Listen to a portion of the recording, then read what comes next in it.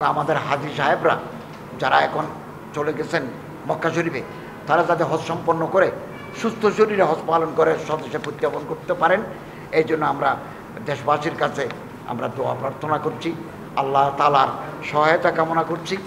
আল্লাহ তাআলার শুকরিয়া আদায় করি 2025 সালে এই যে হজ ব্যবস্থাপনা কার্যক্রম, আমরা আলহামদুলিল্লাহ গোটা বছরেই আমরা এটা কাজ করে থাকি। এটা কোনো মৌসুমি ব্যাপার নয়, সারা বছর আমাদের কার্যক্রম চলে।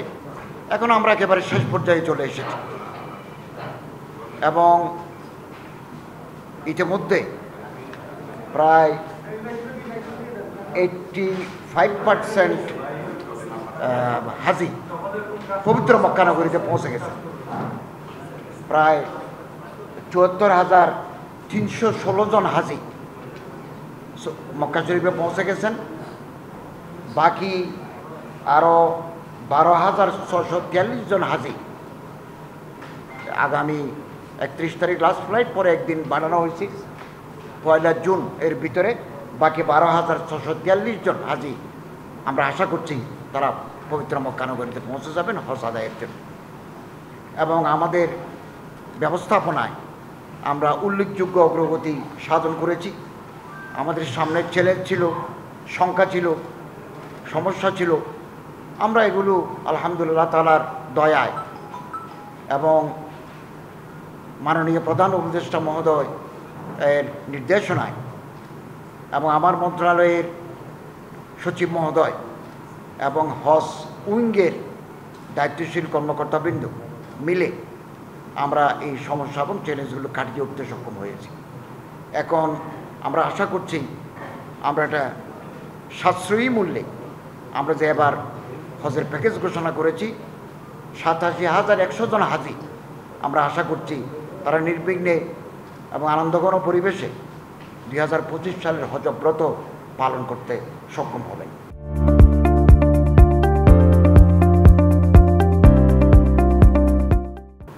এবং আপনারা জানেন আমরা জুলাই বিপ্লবের পরে দায়িত্ব নেওয়ার পরে খরচ যৌক্তিক মূল্যে কমানোর আমরা ঘোষণা দিয়েছিলাম। আমরা এই জন্য বাংলাদেশ বিমান, বেসামরিক বিমান চলাচল পর্যটন মন্ত্রণালয়, এনবিআর, জাতীয় রাজস্ব বোর্ডের সাথে আলাপ করে আমরা এটা কমিয়েছি। 26,980 টাকা আমরা কমিয়েছি।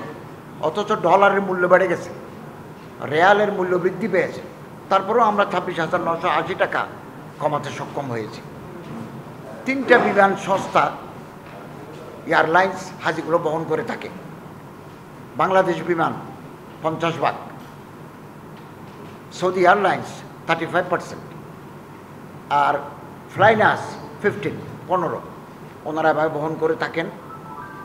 আর হজটা হচ্ছে দ্বিরাষ্ট্রিক ব্যাপার, 2 রাষ্ট্রের মধ্যে বিমান ভাড়া, বাড়ি ভাড়া এগুলো ছাড়া বাকি যে মিনাতে অবস্থান করতে হয়, আরাফাতে থাকতে হয়, মুজদালিফাতে থাকতে হয়, এগুলো প্যাকেজ নির্ধারণ করে থাকে সৌদি আরব।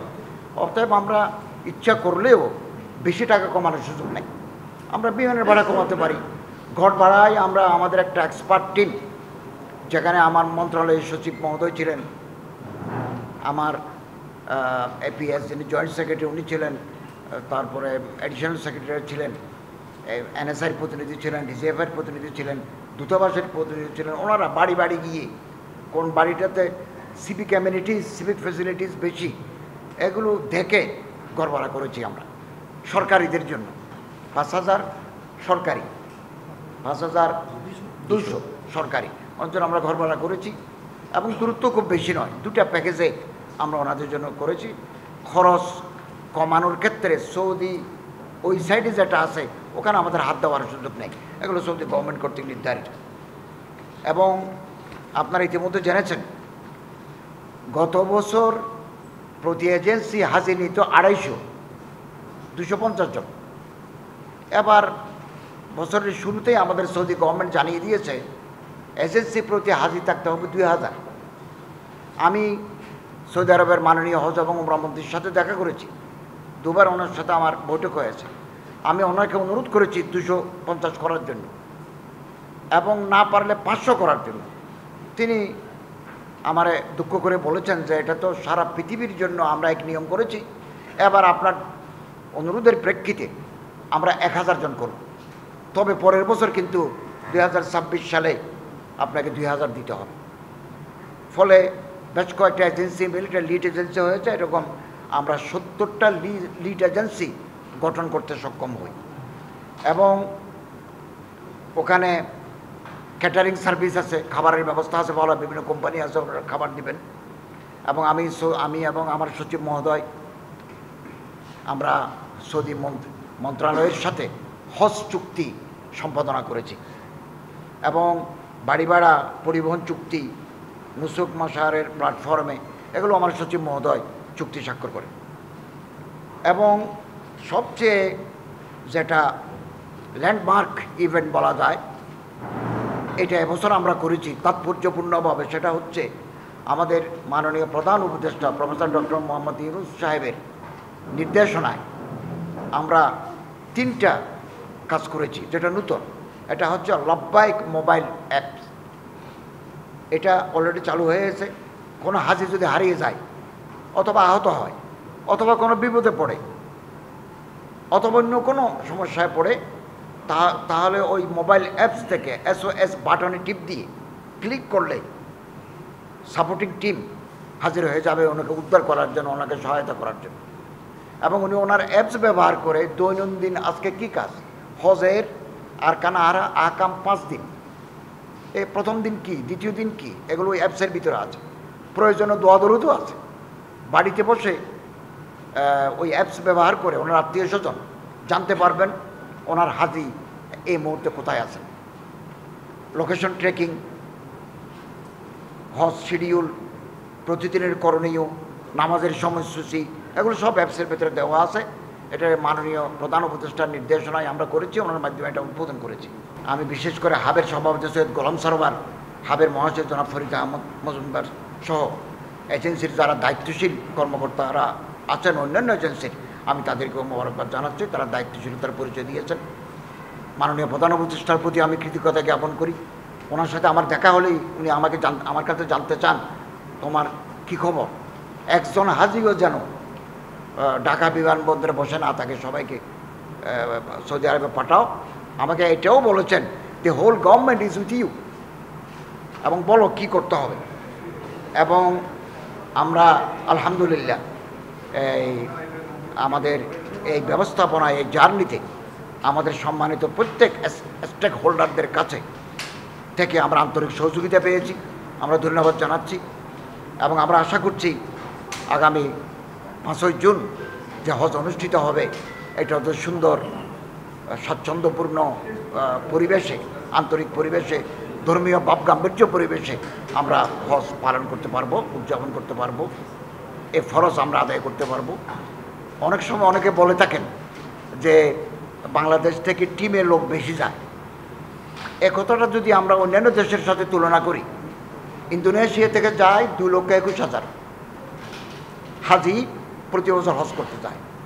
তাদের টিমে আছে 4,000-এর উপরে তাদের প্রশাসনিক টিম সদস্য থাকে। সেই তুলনাতে আমাদের কম। আর ভারত, ইন্ডিয়া থেকে যারা হজ করতে যান, ওই প্রতি বছরেই ওই হজ টিমের যিনি প্রধান অথবা যিনি ডেপুটি, ওনারা প্রতি বছরেই যান। সেই তুলনায় আমরা বাংলাদেশে আমরা এই সংখ্যাটা আমরা যৌক্তিকভাবে নামিয়ে আনতে সক্ষম হয়েছি। আমি বিশেষ করে আমার সচিব জনাব একেএম আফতাব হোসেন প্রামাণিক মহোদয়কে তার পেশাদারিত্ব, দূরদর্শিতা, তার এফিসিয়েন্সি, তার ইন্টিগ্রিটির জন্য আমি আন্তরিক ধন্যবাদ জানাচ্ছি। তিনি বন্ধের দিন এমনকি রাত 9টা পর্যন্ত অফিস করে আমাকে ওখান থেকেই তিনি টেস্ট দিয়ে বলছেন এই কাজটা করেছি, এই কাজটা আগামীকাল করব। ওনার এই আন্তরিক প্রয়াস না হলে আমাদের এই কাজটা সুচারুরূপে সম্পন্ন করতে ব্যাক পেতে হতো। এই জন্য আমি ওনার প্রতি কৃতজ্ঞতা জানাচ্ছি, ধন্যবাদ জানাই। এবং আমার ডক্টর মঞ্জুর সাহেব, মতিউল সাহেব, হজ উইংয়ের যিনি প্রধান, আমার PS জয়েন্ট সেক্রেটারি, উনি সার্বক্ষণিক আমার সাথে থেকে এগুলো মনিটর করেছেন। আমি আপনাদের মাধ্যমে দেশবাসীর কাছে দোয়া চাই এবং আল্লাহ যেন আমাদের এই ব্যবস্থাপনাকে আরও সহজ করে দেন এবং আমাদের হাজী সাহেবরা যারা এখন চলে গেছেন মক্কা শরীফে তারা যাতে হজ সম্পন্ন করে সুস্থ শরীরে হজ পালন করে স্বদেশে প্রত্যাবর্তন করতে পারেন, এই জন্য আমরা দেশবাসীর কাছে আমরা দোয়া প্রার্থনা করছি, আল্লাহ তাআলার সহায়তা কামনা করছি। এবং আপনারা সব সময় সাংবাদিক ভাইয়েরা আমাদেরকে সহযোগিতা করেছেন, অনেকের সাথে আমার ব্যক্তিগত জানাশোনা আছে। আমরা যখনই আপডেট দিয়েছি মুহূর্তের ভিতরে আপনারা এটা টেলিকাস্ট করেছেন, ব্রডকাস্ট করেছেন ইলেকট্রনিক প্রিন্টেড মিডিয়ায়। আমরা আপনাদের প্রতি আন্তরিক মোবারকবাদ জানাচ্ছি। আমাদের এই সুষ্ঠু ব্যবস্থাপনার পিছনে আপনাদেরও অবদান আছে, আমরা এটি স্বীকার করছি। এবং আগামী দিনে সুন্দর ও সাবলীলভাবে আমরা হজ ব্যবস্থাপনা যাতে করতে পারি সেই তৌফিকও আমরা আল্লাহর কাছে করি। এবং আমি ধর্ম বিষয়ক মন্ত্রণালয়ের পক্ষ হতে আপনাদের সবাইকে ধন্যবাদ ও কৃতজ্ঞতা জানাচ্ছি। ধন্যবাদ সবাইকে।